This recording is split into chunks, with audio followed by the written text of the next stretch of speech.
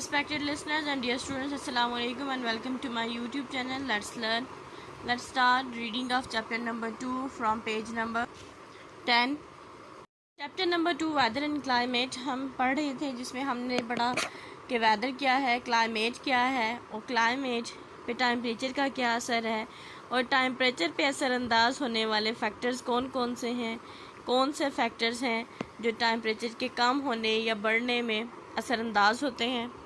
हमने different factors read out किए, जिसमें इक्वेटर से डिस्टेंस था, एल्टीट्यूड था, सी से नियरनेस थी और ओशन करंट था। उन्हीं फैक्टर्स में से नेक्स्ट फैक्टर है rainfall. Rainfall is very important in determining the climate of a place. किसी जगह पे बारिशों की मिकदार वहाँ की आबो हवा का तयन करने के लिए बहुत अहम है। यानी बारिशें जहाँ ज़्यादा होती हैं वहाँ पे टेम्परेचर कम होता है और नमी जो सी है वो ज़्यादा होती है, और जहाँ पे बारिशें कम होंगी वहाँ की आबो हवा खुश्क और गर्म होगी। The world's average rainfall is between 1000 and 2000 millimetres a year. दुनिया में औसतन सालाना बारिशों की मिकदार 1000 से 2000 मिलीमीटर के दरमियान है। दो देयर आर ग्रेट डिफरेंसेस, अगरचे बहुत से डिफरेंसेस फ़र्क मौजूद है, यानी कहीं बहुत ज़्यादा बारिशें होंगी, कहीं बहुत कम, लेकिन सालाना दुनिया में तकरीबन औसतन 1000 से 2000 मिलीमीटर तक बारिश होती है। प्लेसेस इन अटाकामा डेजर्ट, सहराए अटाकामा में जो जगह हैं on the western coast of Chile, Chile मुल्क का नाम है, चिली के मगरबी साहिलों के साथ साथ had no measurable rainfall for 100 of years. सैकड़ों सालों से वहाँ इतनी बारिशें भी नहीं हुई जो कि मेजर की जा सकें, जिनकी पैमाइश की जा सके। Atacama is known as the driest place on the earth. Atacama दुनिया में खुश्क तरीन इलाके के तौर पे जाना चाहता है। ऑन द अदर हैंड, जबकि दूसरी तरफ Cherrapunji in Assam had 22,990 millimetre of rain in 1 year 1861। जबकि दूसरी तरफ आसाम में, इंडिया में एक जगह है आसाम में, वहाँ चेरापूंजी एक जगह है जहाँ पे 1861 में 22,990 मिलीमीटर तक बारिश रिकॉर्ड की गई थी। यानी एक तरफ बिल्कुल ड्राई प्लेस है और एक तरफ इतनी ज़्यादा बारिशें। This is still the world record, और ये अभी तक दुनिया का रिकॉर्ड है, यानी इससे ज़्यादा बारिशें अभी तक कहीं और नहीं हुई सालाना। नेक्स्ट फैक्टर है एयर प्रेशर और वेट, यानी हवा का दबाव या वज़न। एयर में not seem to have any weight, हमें यूँ लगता है कि हवा का कोई वज़न नहीं है, बट इट डज़, लेकिन ये होता है। It is just that we do not normally feel it. असल में हम इसको आम तौर पर आम हालात में महसूस नहीं कर पाते। Above each of us is a column of air several kilometre high. हम सब के ऊपर कई किलोमीटर तक हवा के दबाव का एक कॉलम होता है। Actually this column of air weighs about 230 kilograms. असल में इस हवा के कॉलम का जो दबाव है, वज़न है, वो 230 किलोग्राम तक होता है। दिस एयर प्रेशर और wait is not study.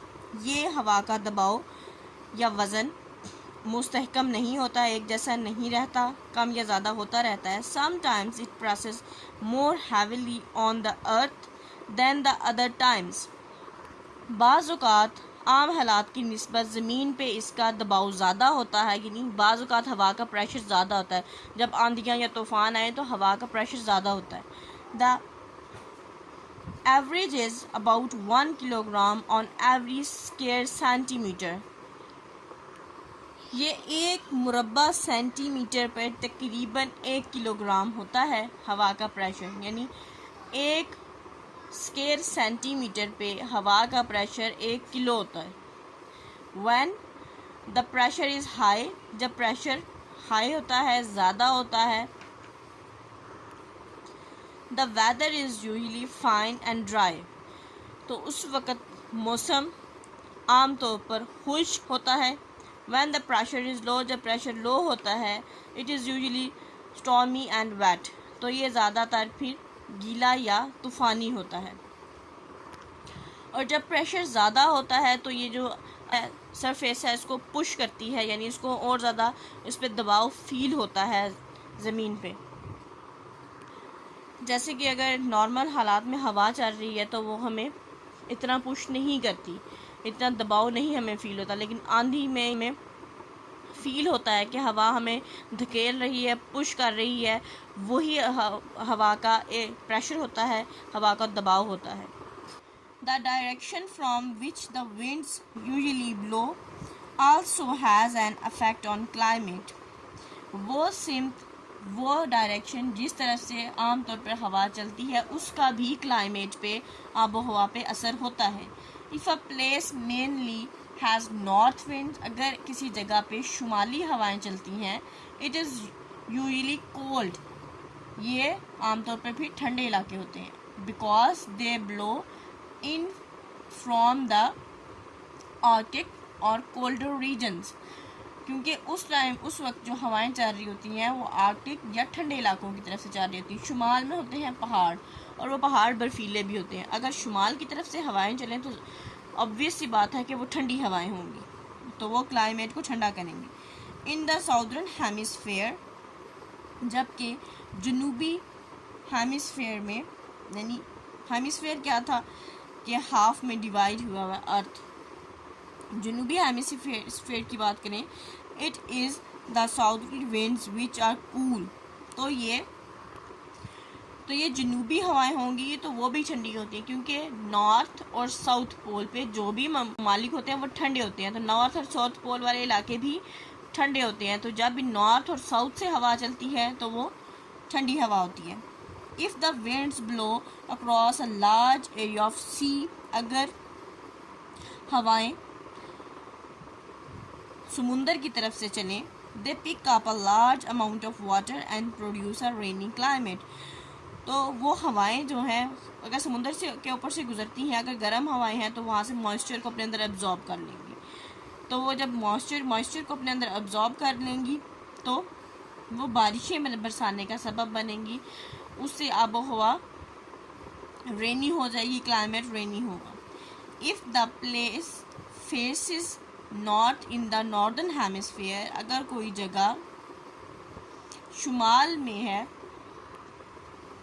Northern hemisphere के, यानी किसी जगह का रुख अगर शुमाल की तरफ है और नॉर्दर्न हेमिस्फीयर की तरफ से आने वाली जो हवाएं होंगी, इट इज़ यूजुअली कूल, तो ये आमतौर पर ठंडी होती हैं।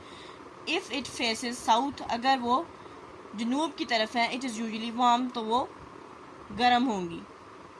Places in valleys are often sheltered and have warmer climates, जो जगह वादियों में है वहाँ पे आबो हवा ज़्यादातर गर्म होती है,